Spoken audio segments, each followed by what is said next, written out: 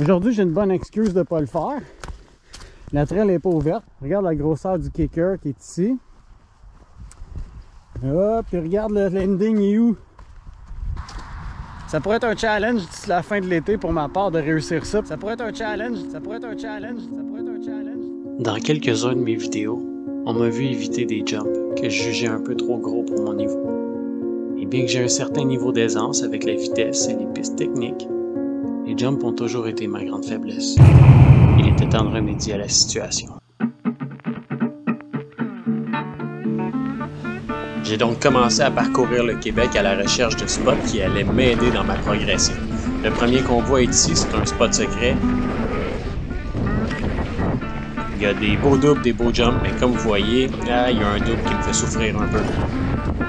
Non, je le sens pas.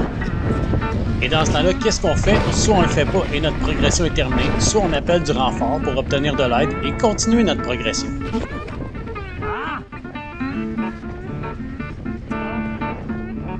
Et puis on pratique, on le refait jusqu'à temps qu'on arrive à un jour où ça paraît facile même quand on est seul. OK.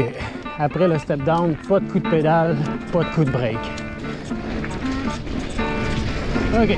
Step down, pas de coup de pédale, pas de coup de break. Oh yeah!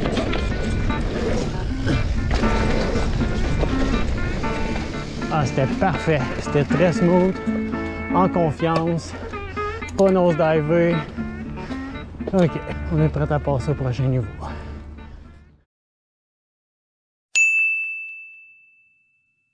Sur la vraie piste de dirt jump d'expert, mais je vous avertis, je la ferai pas, c'est pas de mon niveau. OK, tranquille. C'est juste des jumps, Jess. 1, 2, 3. Une fois qu'on a un objectif atteint, on s'en fixe un niveau un peu plus gros. L'important, c'est d'y aller de manière progressive.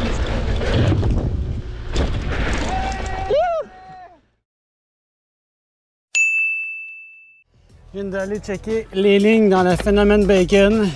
Je vous avertis, je la ferai pas au complet. Je vais arrêter après la grosse slick qui drop parce que je suis pas à l'aise avec les gros doubles à la fin de la trail. Et oui, quand je dis gros double, on parle de ça. Point d'atterrissage. Ah, kicker, il est là. Go big or go home. Pas le choix, faut le faire. Patio time. Ouais, ce jump-là, je l'ai toujours appelé le patio pour des raisons évidentes. Ah! J'ai touché une petite affaire au frein, faut pas. Cette fois-là, ça y va. Là, ça Quand la taille du défi augmente, soyez patient. Accordez-vous du temps pour faire votre progression et surtout attendez de bien l'avoir pour réaugmenter la grosseur. Encore une fois, j'ai touché au break, il faut pas. On touche pas au break, JS. C'est mal.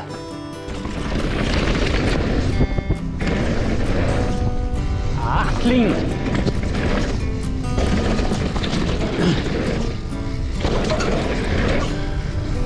Yes!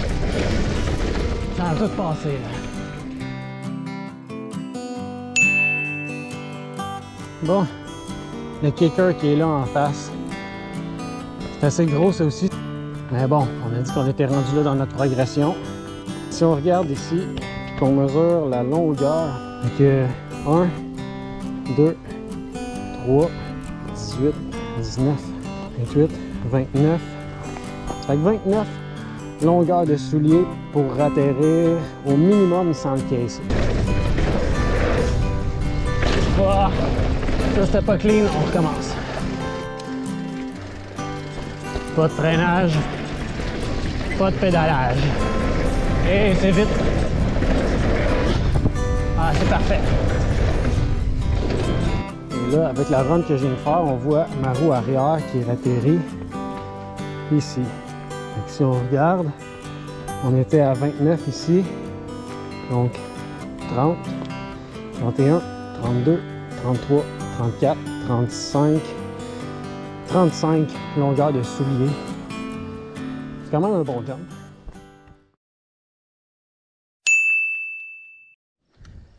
Et oui, c'est un gros jump, mais celui que j'ai en tête est encore plus gros. Alors on se lance des nouveaux défis puis on augmente la longueur des jumps. Après l'avoir réussi à quelques reprises assez clean, j'ai mesuré, on est à 42 pieds de longueur.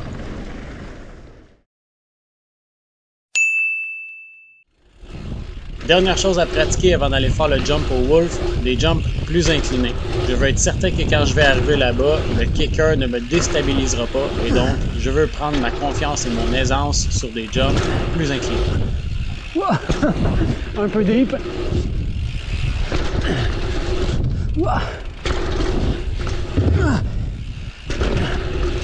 Rush. On va recommencer ça mieux un peu.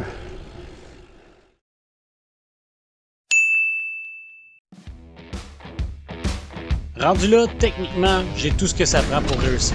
Selon les gars au Wolf, on est à 37 pieds avant d'être dans la pente du landing. Ah! Ouais, j'ai choqué. Attends un peu, là, c'est gros quand même, là.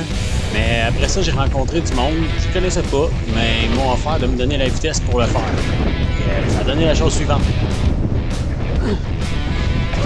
Ok, je vous l'avoue, j'ai eu peur. J'ai caissé avec la roue avant, c'est pas idéal. Par contre, je savais que si j'allais un peu plus vite, ça passait.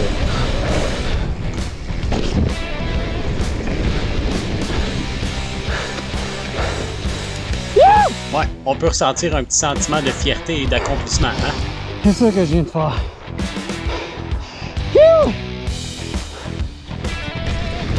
Et une fois la barrière psychologique franchie, ça devient le fun, on n'arrête plus de le faire.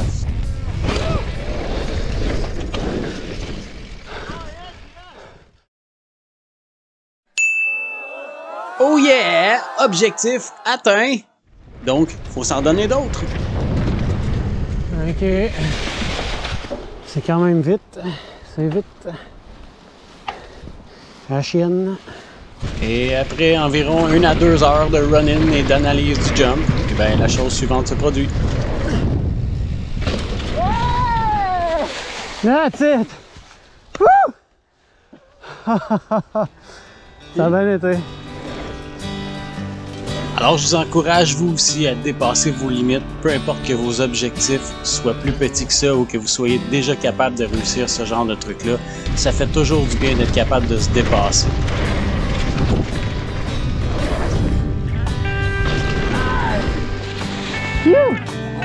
Ah, ça c'était mon plus beau là. Il avait l'air, la courbe était plus naturelle. Alors pour ma part, la grosseur des jumps, je ne crois pas qu'elle va augmenter beaucoup plus que ça. Par contre, l'année prochaine, on s'embarque sur le style. Si tu t'es rendu jusque-là dans la vidéo, ben je te remercie. Tu peux me laisser un petit commentaire, partager, puis je te souhaite une bonne progression. On se revoit dans les trails.